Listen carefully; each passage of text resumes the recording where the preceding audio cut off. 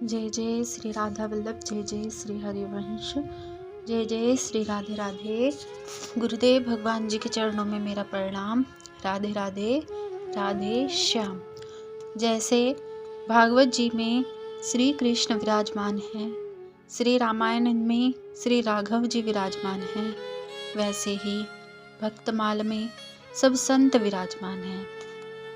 कहते हैं कि कलयुग में भक्तों का चरित्र सुनने मात्र से कल्याण हो जाता है। तो चलिए अब सुनते हैं सुंदर कथा श्री भक्तमाल, श्री दयालदास जी। श्री राम जी द्वारा पर्वत शिला उठाकर छाया देने वाली गुफा के रूप में स्थापित करना। श्री राम स्नेही संप्रदाय के एक संत हुए श्री दयालदास जी महाराज। अहर्निश श्री राम नाम का जाप करते हुए वे राजस्थान के खेड़ापा क्षेत्र में विराजते थे। अपने गुरुदेव से आज्ञा लेकर वे तपस्या करने एक पहाड़ पर आसन लगाकर बैठ गए। उस क्षेत्र में जल बहुत कम है और सूखा होने के कारण उस पहाड़ पर वृक्ष भी नहीं थे। तपस्या करते करते बहुत समय बीता। एक दिन तेज गर्मी पड़ रही थी। प्रभु रामचंद्र जी को बड़ी दया आई। राम जी ने एक पहाड़ का बड़ा हिस्सा उठाकर ऐसे रख दिया कि दयालदास जी के शरीर पर छाया हो गई। खुले पहाड़ के ऊपर रखी हुई वह पत्थर की शिला ऐसी रखी कि वह गुफा जैसे दिखाई देने लगी। आज भी प्रभु राम द्वारा रखी उस शिला के दर्शन होते हैं। बहुत काल बाद जब शरीर का होश हुआ तो बड़ी विशाल शिला देखकर आश्चर्य में पड़ गए। प्रभु की कृपा का अनुभव करके पुनः नाम में लीन हो गए। इंद्र द्वारा कामदेव और अप्सरा को भेजना। श्री दयालदास जी महाराज तपस्या में ऐसे लग गए कि इंद्र को भय हो गया। इंद्र ने सोचा, ये संत कलयुग में इतनी कठोर साधना क्यों कर रहे हैं? कहीं इन्हें इंद्र पद की कामना तो नहीं है? उसने बहुत प्रयास किए। सिद्धा दयालदास जी के सामने प्रकट होकर बोली, हमें स्वीकार करो। जिन सिद्धियों के लिए साधक बड़े बड़े प्रयास करते हैं, उन सिद्धियों की और उन्होंने ध्यान तक नहीं दिया। अतः अंत में इंद्र ने कामदेव और स्वर्ग की एक अप्सरा को इनकी तपस्या में विघ्न डालने भेजा। कामदेव ने अपना संपूर्ण बल लगाकर इनके मन में काम उत्पन्न करने का प्रयास किया। कामदेव ने सुंदर सुगंध, भोजन पदार्थ, पुष्प, लताएं सभी वस्तुओं को प्रकट किया। अप्सरा ने भी अपने रूप और नृत्य के द्वारा इनको आकर्षित करना चाहा। 4 दिन तक उसने अपनी संपूर्ण कलाओं से इनको मोहित करने का प्रयास किया।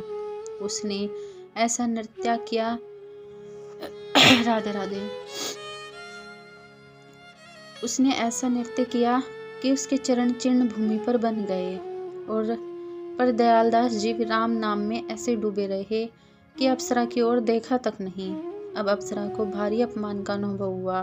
अंत में क्रोध में भरकर बोली कि अरे कैसा महात्मा है, मैंने 4 दिन नृत्य किया और इतना परिश्रम करके उत्तम से उत्तम श्रृंगार किया।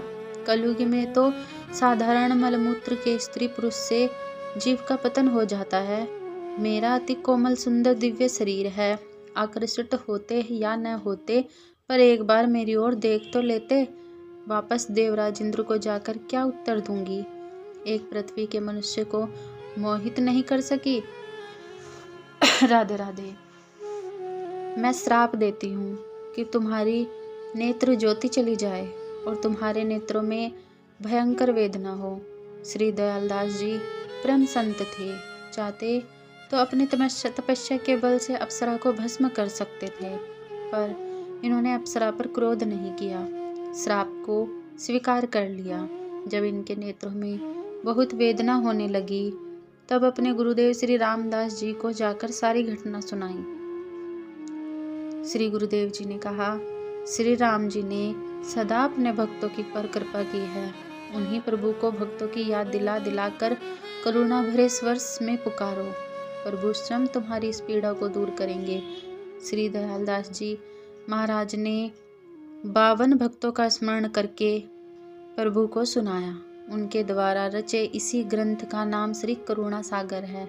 ग्रंथ पूर्ण होने पर श्री राम जी बाल रूप में इनकी गोद में आकर बैठ गए। इनके नेत्रों पर अपने हाथ फेरते हुए बोले, मैं आपकी गोद में बैठा हूँ, मुझे देखो। राम जी के ऐसे कहते ही श्री दयालदास जी की नेत्र ज्योति पुनः प्रकट हो गई। एक दिन भजन करते करते श्री दयालदास जी महाराज की माला का धागा टूट गया। उनके पास सुई धागा नहीं था। मोटा धागा आदि ढूंढने जाएंगे तो भजन का समय व्यर्थ चला जाएगा। यह देखकर देवराज इंद्र उनके पास मोटा धागा और सुई लेकर प्रकट हुए। देवराज इंद्र ने स्वयं अपने हाथ से उनकी तुलसी माला गूंथी। उस माला के आज भी दर्शन होते हैं। श्री खेड़ापा वाले सरकार जी और हमारे श्री राजेंद्र बाबा, इन संतों की कृपा से जैसा सुना और मुझे स्मरण रहा वैसे सुनाने का प्रयास किया, लिखने का प्रयास किया और मैंने सुनाने का प्रयास किया। भूल चूक के लिए दासी को क्षमा करें। श्री राधा वल्लभ लाल की जय।